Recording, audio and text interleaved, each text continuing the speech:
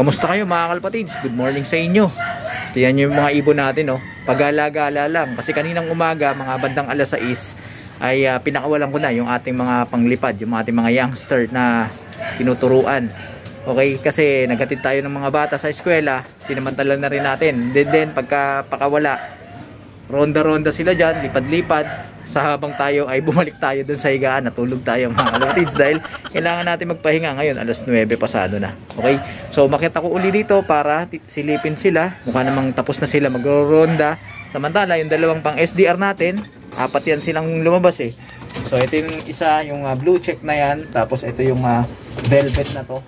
Pumasok na rin to. Oh. So ito na lang si Zel. Ito yung ibon nating may puyo, si Zel. Yan ang pangalan niyan, yan ang pinangalan natin dyan. So papakainin ko na ito mga kalapatids dahil mamaya-maya alas 10 papasok pa tayo sa trabaho. At ito yung ating grizzle na umuwi galing sa training kahapon, naka-cut off. Hinayaan lang natin siya magpahinga dyan, hindi natin siya pinalabas. So sisingit ko lang yung request ng ating kalapatids na si Sir Just Myrlop. May katanungan yung ating kalapatids, aga-aga, tanong na naman, sasagot na naman tayo mga kalapatids. Hindi, joke lang mga kalapatids. Yan nga yung ating kagustuhan na ma-engage yung ating mga viewers dito sa ating munting tambayan. So tanong niya, ano daw pwedeng ibigay na vitamins and minerals para sa mga young birds or sa mga ibon na naglulugon or nagmumolt, naglalaglag ng mga balahibo. So sa episode na ito, yan ang ating pag-uusapan.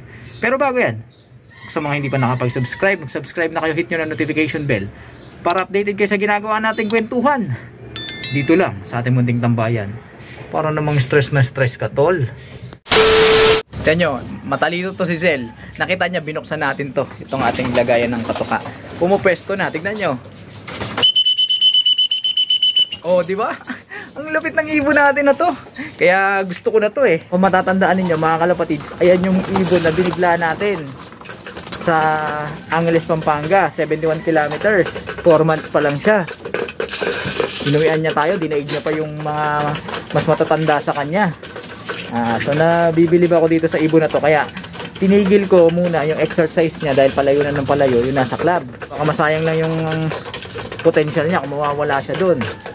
O ilang takal na ba tayo? 4. Kailangan ito to 5. 2 na lang.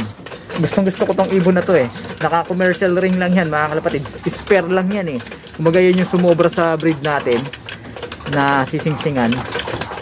So malas. Siya pa yung hindi natin nasingsingan. Pero okay lang yan.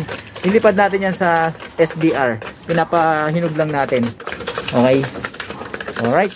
So 7 takal para sa 7 ibon. Okay. So eto, sagutin na natin yung katanungan ng ating kalapatid si Sir Just Myrlop. Ano yung mga vitamins and minerals na ibibigay sa ating mga alaga na nagbumolt para maging maganda yung kanilang balahibo, yung pagtubo ng balahibo. Unang-una, dapat mong itiyak na yung pinapatuka mo o yung diet na ibibigay mo sa iyong mga alaga ay mayaman sa protina. Kasi yung protina ay yun ang kailangan ng ating mga ibon para i-develop yung kanilang mga balahibo. Yang kasing balahibo nila ay gawa sa keratin, isang uri ng protina na matatagpuan sa mga buhok o balahibo. So dapat mo matiyak na yung binibigay mo yung patuka na mayaman sa protina. Huwag ka magbibigay ng ganitong klaseng patuka pagka nagdumolt yung mga ibon mo, yung mayaman sa carbohydrates at less protein. Hindi mapopromote yung maayos at magandang pagtubo ng mga pakpak ng iyong mga alaga. Ngayon, kung vitamins ang pag-uusapan, para hindi na tayo humaba pa. So, maraming mga vitamins ngayon na available. Ang dapat mo lang hanapin, yung meron tinatawag na biotin, thionine, tsaka lysine. Yan, yung tatlong yan. Yan yung tumutulong sa pagbuo at sa pagpapalakas, pagpapatibay ng mga pakpak or mga feathers ng ating mga alaga. So, makikita mo yan sa mga supplements na nabibili mo. Try mo minsan na basahin yung mga nasa likod, yung mga nutritional facts or values na binibili nating mga supplements or vitamins. Ngayon, pagdating sa mga minerals naman, mga kalapatids, sulfur and zinc, yan yung nagpapatibay at nagpapalakas. Tumutulong para maiwasan yung mabilis na pagkasira ng kanilang mga pakpak. Pansinin nyo mga kalapatids, kapag may mga ibon na, alam niyo yun, yung napapabayaan, yung hindi masyadong naalagaan. Pag tinignan nyo yung mga pakpak niya, nakikita nyo may mga putol-putol, di ba? Parang unropok. Kasi nga kulang sila sa sustansya.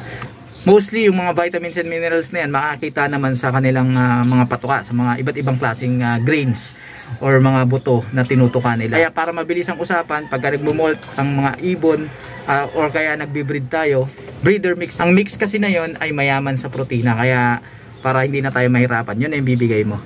Pero since di naman na naglulugon yung ating mga ibon na ito, kaya eto yung binigay natin sa kanila. Pinag-usapan na natin ito sa mga nakarang episode natin. Okay? So yun lang. Tapos yung isa pang kalapatids natin na nagpapa-shoutout, Sir Arnel Dangka ng Tondo, Maynila. Yan, Batang Tondo.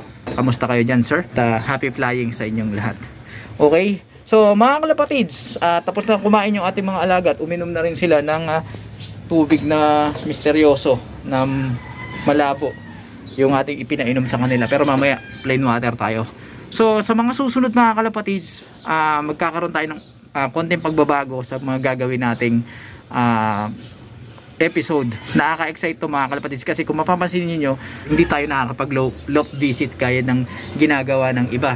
Napaka-importante kasi ng pag-loft visit mga kalapatids kasi sa pamamagitan nun, lalawak yung ating kaalaman sa ginagawa nating pag-aalaga.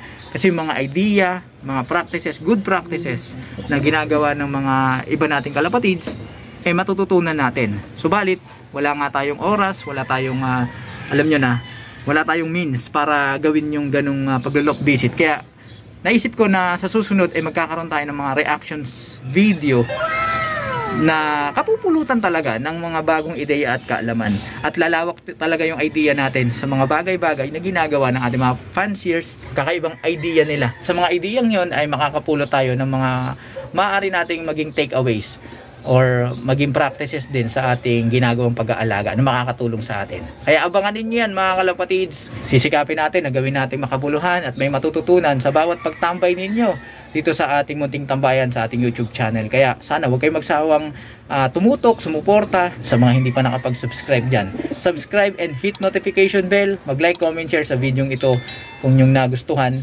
At suportahan na rin ang ating Facebook page sa pamamagitan ng pag-follow para sa tuloy-tuloy nating kwentuhan na kapupulutan ng mga kaalaman. Paano mga kalapatids?